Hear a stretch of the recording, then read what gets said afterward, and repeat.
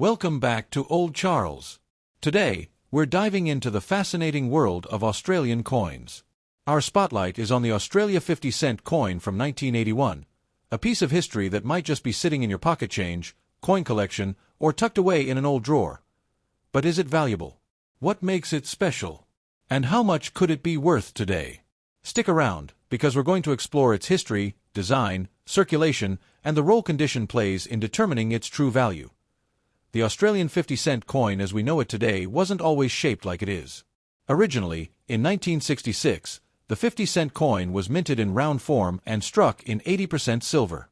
However, because of rising silver prices, people hoarded those coins, and the government quickly replaced them with a dodecagon shape, a 12-sided coin that could be distinguished easily by touch and sight. By 1969, the new copper-nickel version became the standard, and it's the one still in use today. Now, let's jump ahead to 1981. This year saw an important production shift. Demand for the 50-cent coin was so high that the Royal Australian Mint in Canberra couldn't keep up with production. As a result, additional coins were struck overseas in Canada and Wales. This makes 1981 unique. It's one of the few years when the Australian 50-cent coin was produced outside of Australia. On the obverse side, the front, you'll find the portrait of Queen Elizabeth II, designed by Arnold Machin. This portrait was widely used on Australian coins from the late 1960s up until the mid-1980s. On the reverse side, the design showcases the Australian coat of arms. This includes the iconic kangaroo and emu, symbols of Australia, along with the shield that represents the 6 states of the nation. The intricate detail of this design remains one of the highlights of the 50-cent coin. In 1981, over 50 million 50-cent coins were minted. Because of this high mintage, the coin isn't considered rare in general circulation. However, the fact that some were struck in 3 different locations, Australia, Canada, and Wales, has made collectors curious about subtle differences in strike quality, metal composition, and appearance. While the 1981 coin isn't scarce, it does hold a special place for collectors who love minting history. Now to the big question: how much is it worth in circulated condition? Meaning a coin that's been used in everyday transactions. The 1981 Australian 50-cent coin usually holds its face value of 50 cents. In better grades, such as very fine, VF, or extremely fine, EF, collectors may pay a little extra, around $1 to $2 AUD. In uncirculated or mint state condition, these coins can fetch between $5 and $10 AUD, sometimes more if they come in original mint sets or rolls. If you have a coin that shows striking differences due to being minted in Canada or Wales, a specialist collector might pay a premium for it, depending on rarity and demand. While it isn't going to make you rich, its value lies in its story and minting history, not in its rarity. Condition is everything when it comes to coin collecting. Here's how it breaks down. Most 1981 50-cent coins are worn from everyday use. These usually hold only their face value. If your coin still shines with original mint luster, with no scratches or circulation wear, that's when collectors are interested. In 1981, there were also special proof sets struck by the Royal Australian Mint.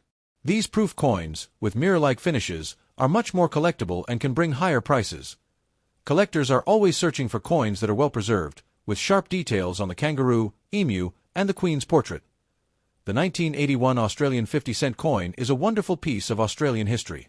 While it's not considered rare or highly valuable in circulation, it represents a unique year when coins were produced not only in Canberra but also overseas in Canada and Wales. If you have one in your collection, it's worth holding on to, especially if it's in uncirculated or proof condition. For most, it'll remain a 50-cent piece, but for collectors, it's a reminder of the story behind the coin. The challenges will explore the fascinating journey of the Australia 50-cent coin from 1981.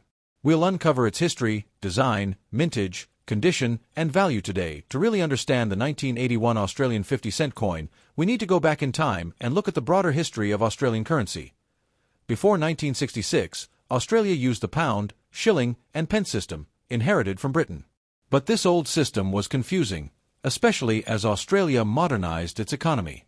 So, on 14 February 1966, Australia introduced decimal currency. This was a massive shift, replacing pounds and shillings with the Australian dollar and cent system.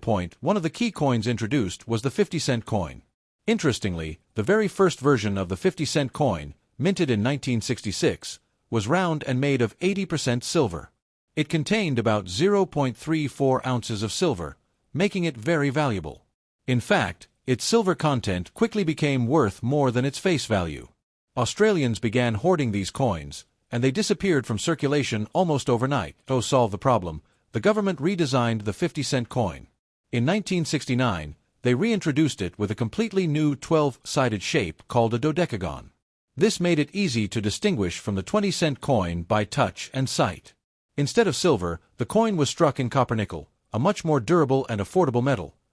This new shape and design stuck, and it's still used today. During the 1970s, the 50-cent coin became an essential part of everyday commerce in Australia. It was large, easy to handle, and often used for vending machines, shopping, and public transport fares. By the late 70s, millions of 50-cent coins were circulating across the country. The coin also became known for its role in commemorative issues. For example, in 1970, a special 50-cent coin was released to celebrate Captain Cook's bicentenary. This set the stage for the 50-cent coin becoming one of Australia's most popular coins for marking historical events. Now, let's talk about 1981 specifically. This was a year of unusual importance in the history of the 50-cent coin. Australia's demand for coins had grown dramatically. The Royal Australian Mint in Canberra simply couldn't produce enough 50-cent coins to meet the needs of the country. To avoid shortages in circulation, Australia looked for outside help. And so, in 1981, production was shared between the Royal Australian Mint in Canberra, the Royal Mint in London, Wales Branch, Llantrisant, South Wales, and the Royal Canadian Mint in Ottawa, Canada. This outsourcing was rare and marked one of the few times in Australian history that its coins were produced overseas. Because of this, the 1981 50-cent coin is historically significant, not for being scarce, but for representing an unusual production year. Collectors often study coins from 1981 to see slight differences in strike quality depending on whether they were minted in Australia, Wales, or Canada. Some even believe coins from the Canadian Mint have sharper details or a slightly different surface finish. The 1981 coin carried on the tradition of showing Queen Elizabeth II on the obverse. The portrait used was the famous Arnold Machin effigy, first introduced in 1966 and used across Commonwealth countries. On the reverse, the Australian coat of arms design by Stuart Devlin was featured, with the kangaroo and emu guarding the shield. This design symbolized unity between Australia's 6 states. The 1980s were also a time of economic and social change in Australia.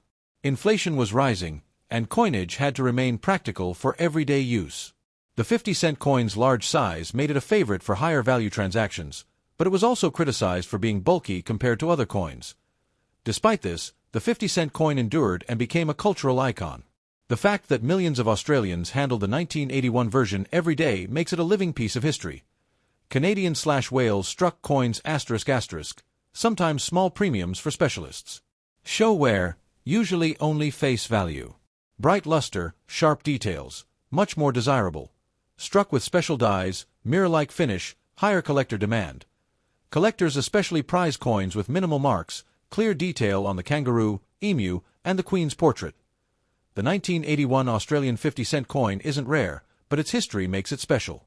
It tells the story of Australia's transition from silver to copper-nickel, the introduction of the dodecagon shape, and the unusual decision to mint coins overseas. While it might not make you rich, this coin carries a rich heritage that reflects Australia's economic history, minting challenges, and national identity. We're diving into the story of the Australia 50-cent coin from 1981.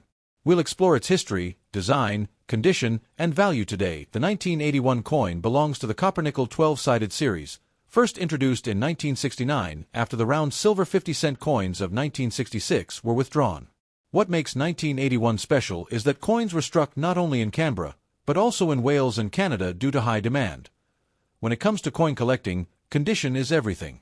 The exact same 1981 Australian 50-cent coin can be worth just face value in worn condition, or several dollars if it's in pristine shape. Let's break down the condition levels and what collectors look for.